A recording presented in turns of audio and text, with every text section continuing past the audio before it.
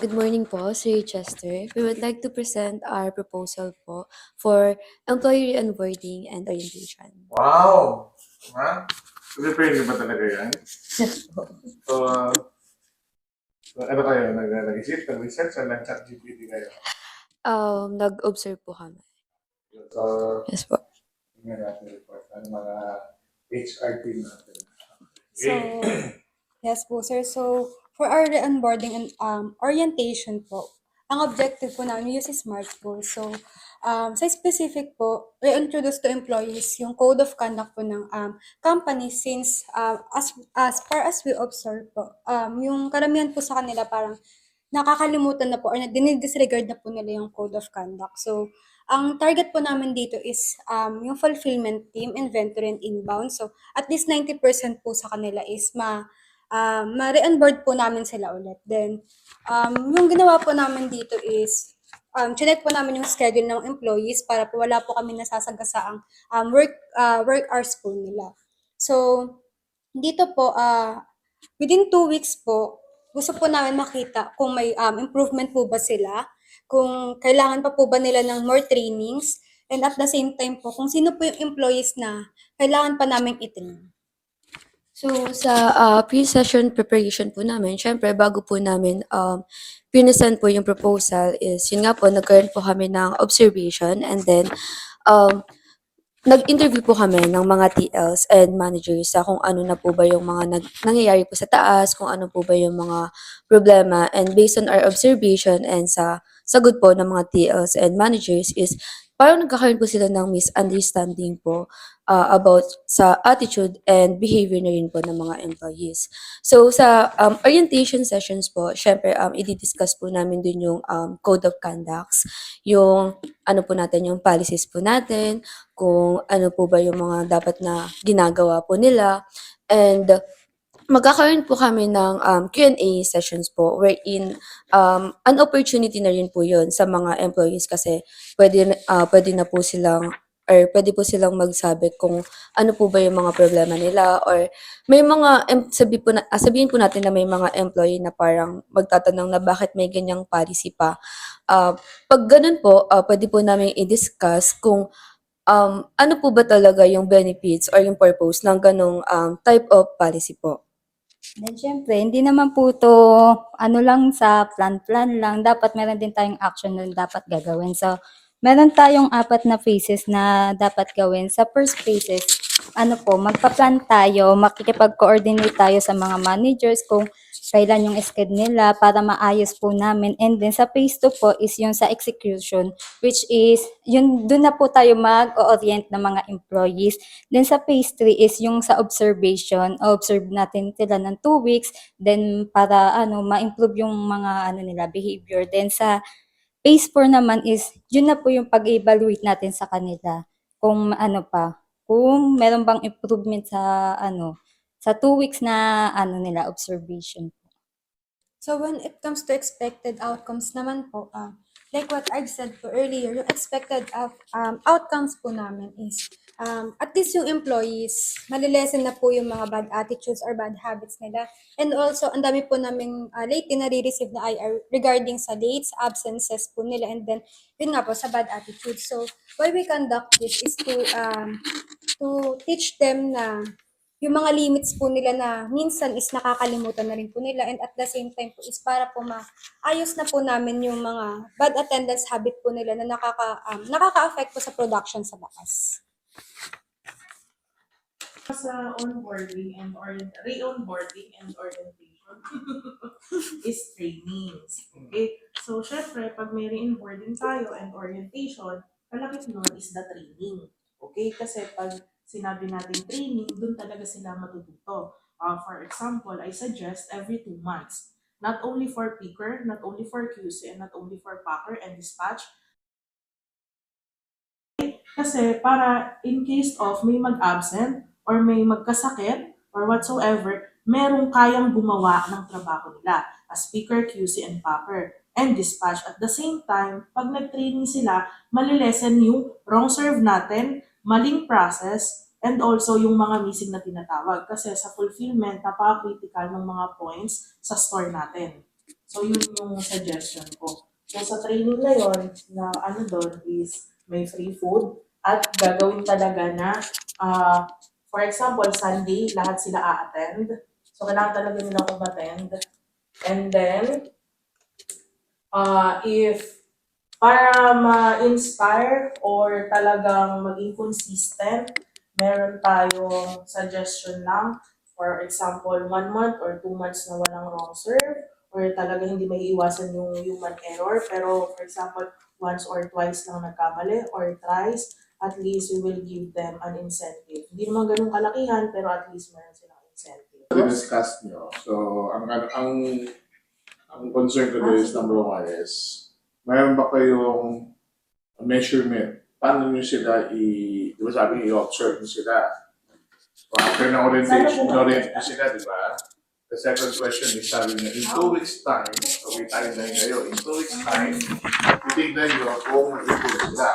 So, meron ba kayong checklist or measurement tool para makita kung nag-improve ba sila o hindi? Sa ano po, yung measurement tools po na ano po, na gagamitin namin is yung sa PIP po na ginawa ninyo. And at the same time po, may concern po kasi sa taas na yung PIP daw po na tawag doon, for fulfillment sa taas po is somehow hindi po siya ganun ka-align sa work. So ang gagawin po namin is magbe-base po kami sa PIP na gawa ninyo and magdadagdag po kami. Kunyari, for QC, itong PIP lang na to is para sa kanila, para sa lahat ng QC. So, lahat po ng work ng QC, aalamin po namin, QC picker, packer, and dispatcher, para po yung PIP na magagawa namin is align po dun sa performance po nila. Para ma-measure po namin kung gaano sila ka-effective sa work po nila. Kasi sa fulfillment, mabilis lang kasi nami-measure mo yung number of orders at number of ilan na gagawa nila. The concern is yung ba ang concern or yung the attitude and the attendance. So kasi example, nagbibilang araw-araw actually.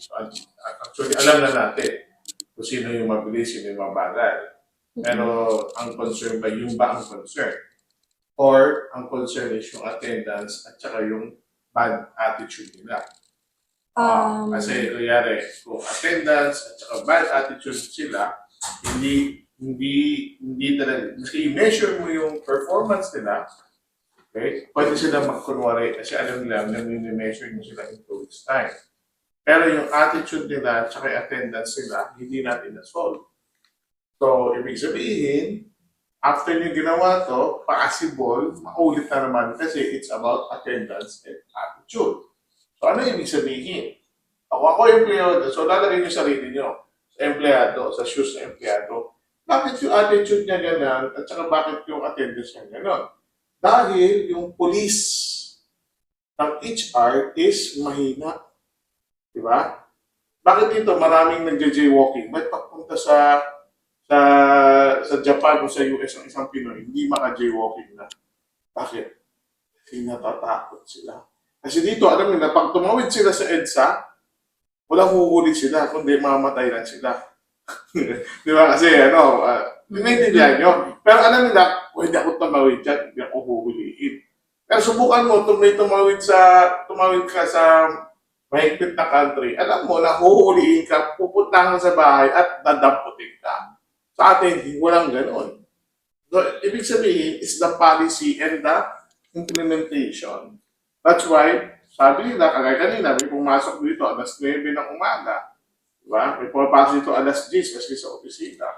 Diba? Bakit? Kasi walang nagpupulis at walang nagbibigay na suspension. Oh. Diba? Ako, bakit ako takot? Kaya example, nagdadrive ako. Pag walang pulis dyan, alam ko, minsan, nagbabayad, pwede ako mag-violate. Pero sa ibang bansa, alam mo, may CCTV. Hindi ka mag-violate kasi magmumulta ka talaga. Diba? Dito, nakakalusot. So, ibig sabihin yung policing. Ibig sabihin, nandyan yung rules, pero hinahayaan lang makatakas. That's why yung attitude is nagiging for the HR and for the leaders, salbahe ito, bad attitude to kasi walang nag-police. Yan yung problema.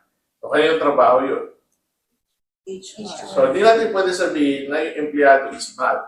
Kasi empleyado is bad, tayong good tayo. Wala kang intention maging bad. Pero dahil nakakatakas naman ako, wala naman sumisita sa akin, yung HR dito, at then, ano lang yan, taga-bigay lang ng payroll nila, tsaka kuha ng filing. Ano yung nga sinasabi ko sa inyo eh. Kaibigan. Tanggalin nyo yung, kasi utak nila, ang HR is taga-file lang ng 101 nila, at saka taga-bigay ng payroll nila. So, hindi yun, harap ng 5 taon, tapos yun ang gagawin ko, diba? So, ano yun, sampal sa mukha natin yun. Hindi yun. It's about policing and implementation ng guidelines natin sa rules and regulation. Para, bakit? Bakit mo kailangan iputupod yun as an HR? Kasi, kung unproductive ang employee at hindi mo siya sinisita at attitude nila, everybody will just follow. The culture is magiging bad. Diba? Kasi makukuha na tayong empleyado. Rather than i-build mo siya 10 years, 20 years na ganyan ang attitude at lahat na papasok is makikita siyang ganyan, lahat gagaya sa kanya, ano mangyari sa kumpanya? Hindi kikita, tutumbay yung kumpanya at lahat ng empleyado damay-damay. Sino may kasalanan? Diba? Yung management. So, kasi hinayaan natin. Diba? O, ba't di umasenso Pilipinas? Dahil hinahayaan natin yung corruption. Laki-laki ng corruption ng Pilipinas.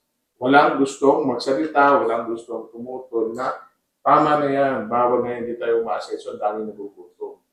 Diba? But sa ibang bansa, umaasenso sila kasi walang corruption. Diba? Dami-dami natin, bumabayad tayo ng tax. Kung tatrabaho na rin kayo, bumabayad na rin kayo ng tax. Bumabayad tayo ng VAT. Saan napupunta lahat ko? Ang laking portion napupunta sa corruption. Kasi walang gusto mong sa hinahayaan natin, hindi tayo umaasenso, naiwanan na tayo. Ganon din sa kumpanya.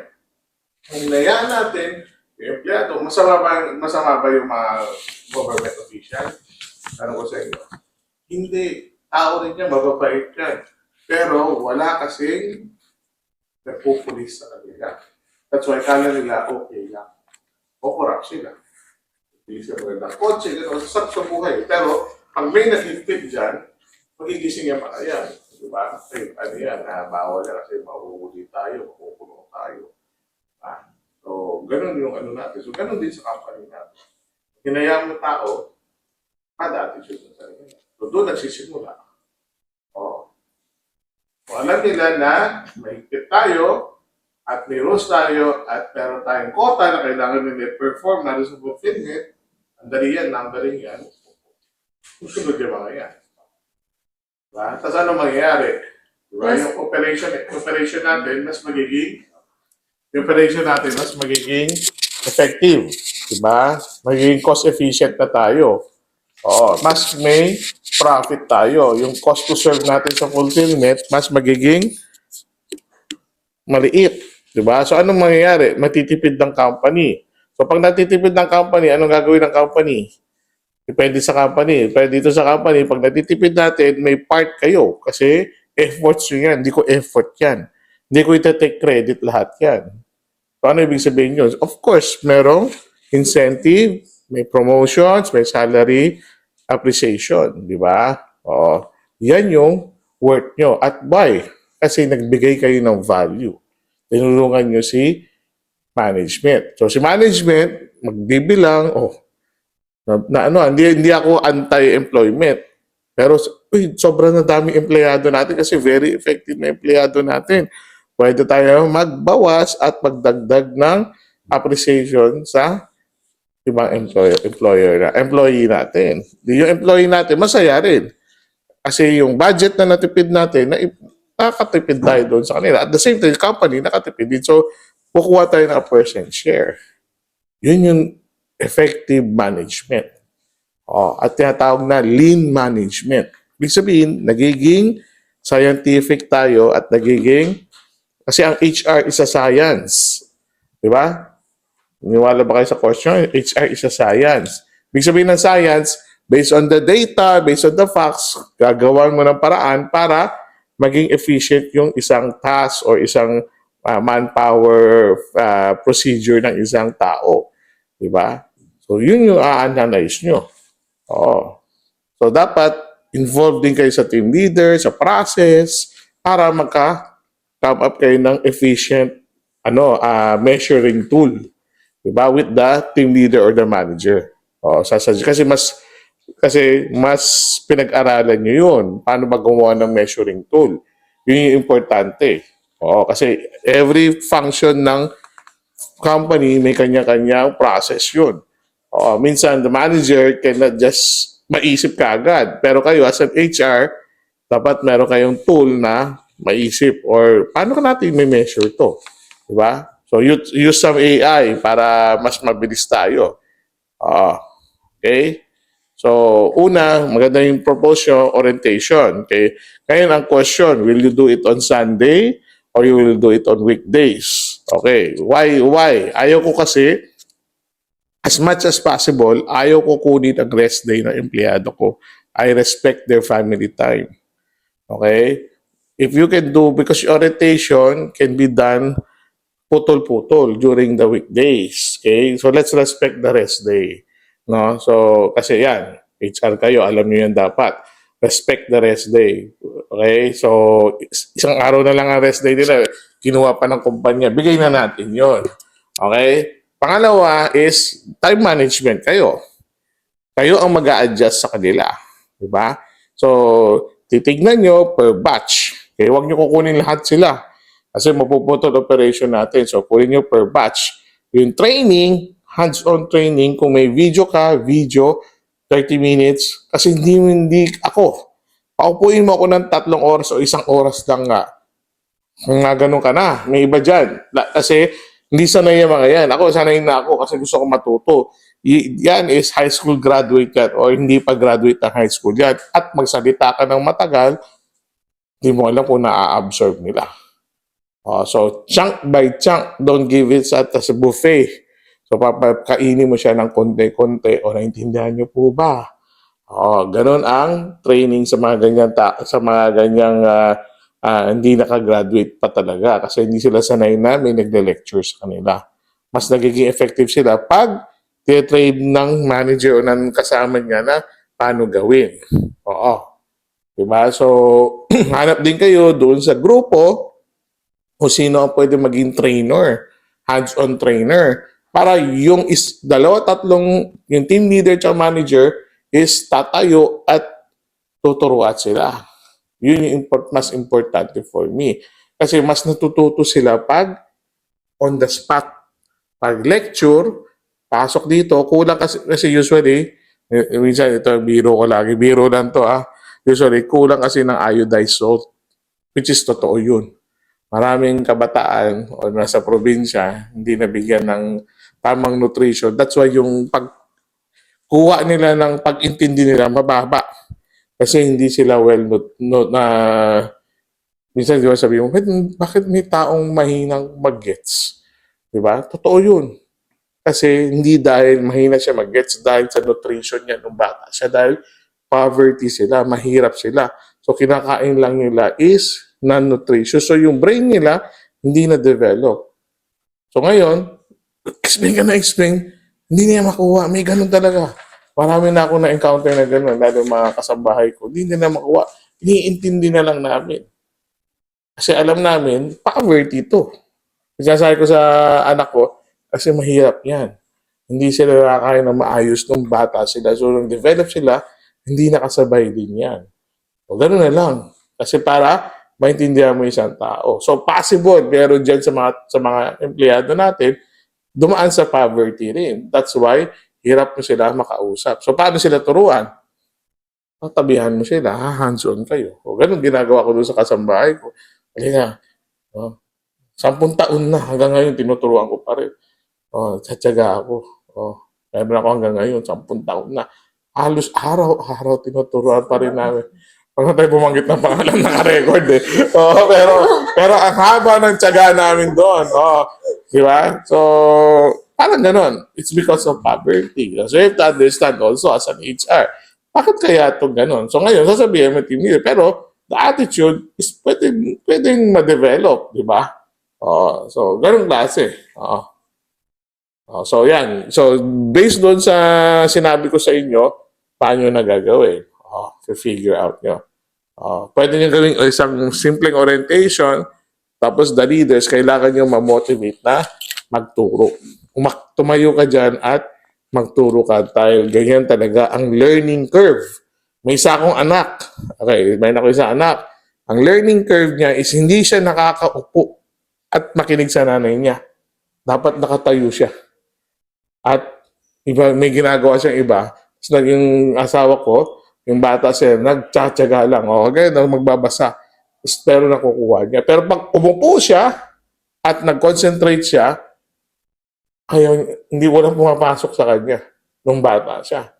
So kung ikaw, di mo naintindihan yung learning curve ng isang tao, pinilit mo siyang ganon, ano mangyari?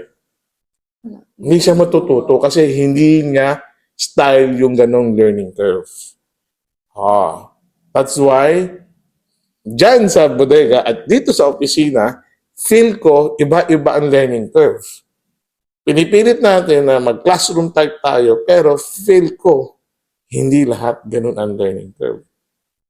That's why minsan, as an HR, hindi ko naman gagawa yun kasi ang dami nyo. Ba't di na nakukuha? Pag meron ako isang team, hanggang ngayon hindi pa rin makuha. Feel ko, iba ang learning curve. Or hindi ko na alam, learning curve ba? Or demotivated? Or whatever. So we have to understand each person. That's why, doon kayo papasok.